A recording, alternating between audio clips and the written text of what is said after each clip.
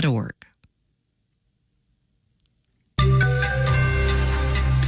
Buying, selling a home gets quite different from tomorrow morning.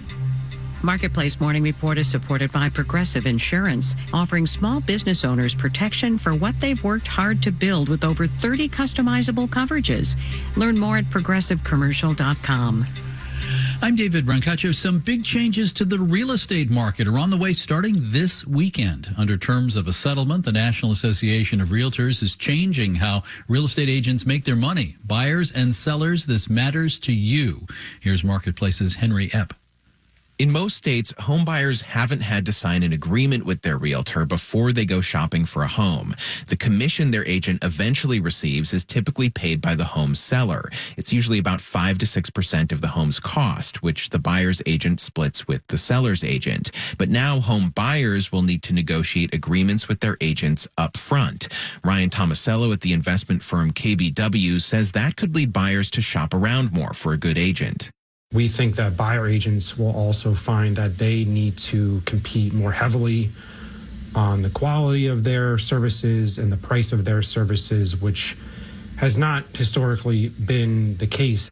In theory, that could drive down commission costs, and it could have an effect on housing prices because home sellers will no longer have to cover that 5 to 6% commission for both the buyer and seller's agents. Some consider it a baked-in part of a home's cost. But now it could become just another part of the negotiation process, Tomasello says.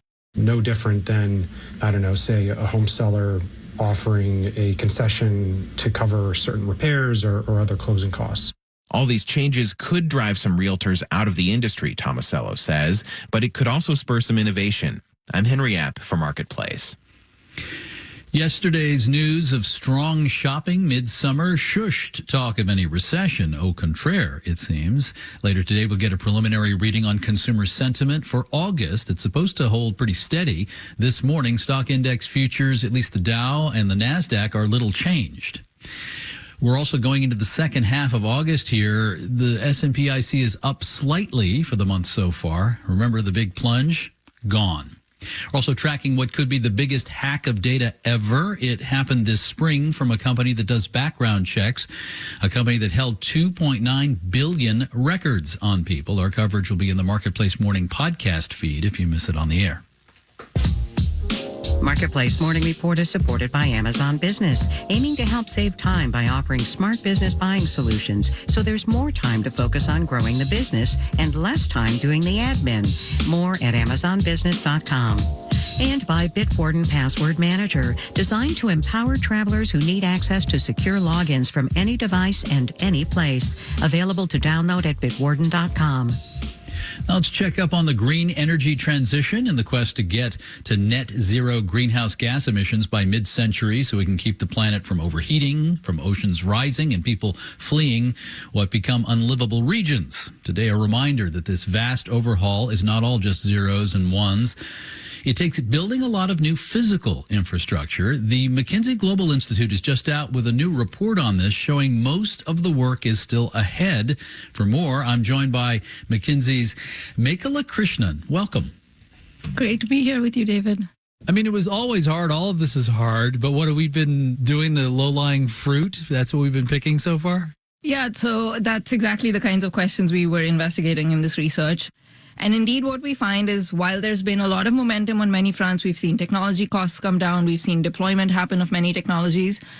Unfortunately, the reality is we're only 10% of the way there in terms of deploying a whole range of technologies, renewable power, electric vehicles, only 10% of where we need to be.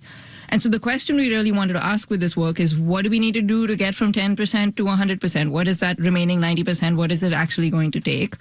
We've forgotten that at its core, what we're talking about is a physical transformation. We need to build a new low emissions energy system, and we need it to work. I know we're getting used to, in America, tweaking the software code or something and causing revolutions. Yeah. Producing revolutions, I should say.